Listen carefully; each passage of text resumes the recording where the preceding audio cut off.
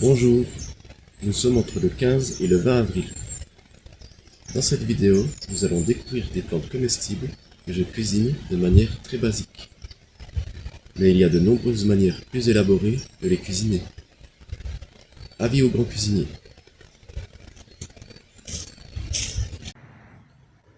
Le cresson des fontaines peut être ramassé dès février, quasiment toute l'année.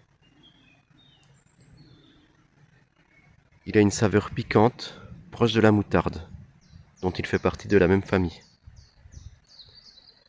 Il peut être cuisiné en salade ou en soupe. Il fleurit blanc dans quelques semaines. Il est particulièrement riche en fer.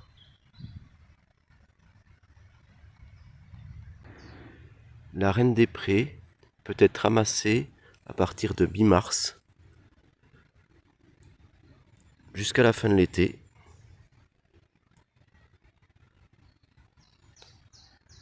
J'en fais des tisanes. Elle est particulièrement bonne en tisane froide, avec une pointe de miel.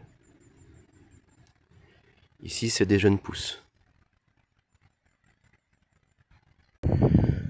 Avec les violettes odorantes, je fais du sirop. Environ 80 fleurs pour 20 centilitres de sirop. Les feuilles sont riches en vitamine C et peuvent agrémenter les salades.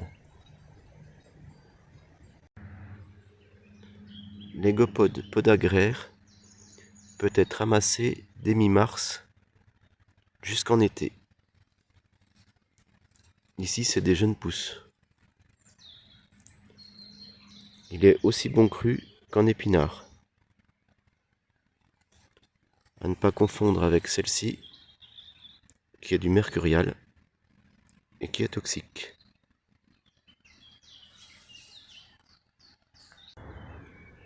La consoude officinale était autrefois considérée comme un légume. Elle contient un peu d'alcaloïde pyrrolizidinique qui est toxique pour le foie. Autrement dit, on peut la considérer comme aussi toxique que les trois quarts de ce qu'on peut trouver en supermarché. Elle a un goût proche de la sole. C'est la seule plante à contenir un peu de vitamine B12. Ses feuilles deviennent bien plus grandes que ça, jusqu'à 40 cm de long. J'en cuisine en beignet, mais il y a bien des manières de la cuisiner. Le pissenlit ou dent de lion est connu pour se manger en salade. Mais avec les fleurs, je fais du miel de pissenlit, appelé aussi cramaillotte. La consoude officinale peut être ramassée de fin mars environ jusqu'à l'automne. On peut ramasser de l'ail des ours entre mi-février et fin mai environ.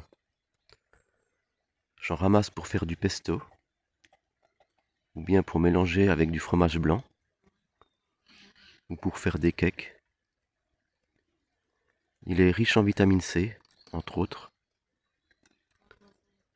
À ne pas confondre avec le muguet, qui a des feuilles semblables et qui est très toxique. Les feuilles de hêtre sont une bonne salade dans les 15 premiers jours où elles sortent.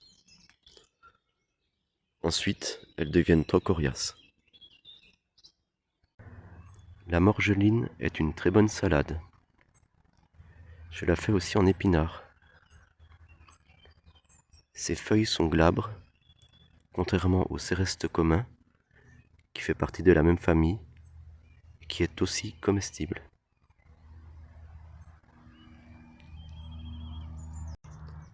La ciboulette sauvage peut être ramassée à partir de janvier certaines années, jusqu'à environ mi-avril. Elle est très commune et apprécie particulièrement pousser sous les noyers.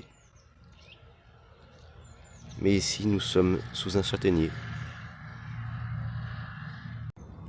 Les feuilles de prime vert peuvent être ramassées de fin février à fin mai environ. On peut les consommer en salade ou en soupe. Moi, je les utilise surtout pour adoucir les pestos à l'ail des ours. Les fleurs et les tiges de tussilage sont semi-aromatiques. On peut en ramasser de février jusqu'à mi-mai en altitude. Il est aussi bon cru que cuit. Il faut juste couper les tiges assez finement. Il peut donc agrémenter de nombreuses recettes. Les crosses de fougères se ramassent avant qu'elles se soient déroulées. On ne mange que la partie enroulée. Elles sont toxiques crues. Personnellement, je les fais bouillir avant de les passer à la poêle avec d'autres légumes. Comme vous l'imaginez, ça fait pas du bien aux fougères. Et comme ici nous sommes dans une région où il n'y a pas énormément de fougères, j'en ramasse très peu.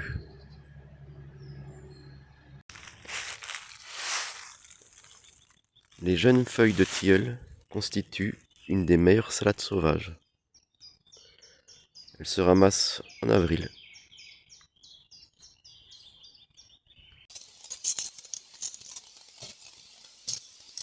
Voilà, dans une prochaine vidéo, je vous présenterai d'autres plantes comestibles.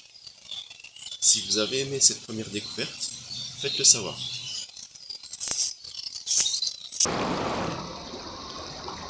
À bientôt.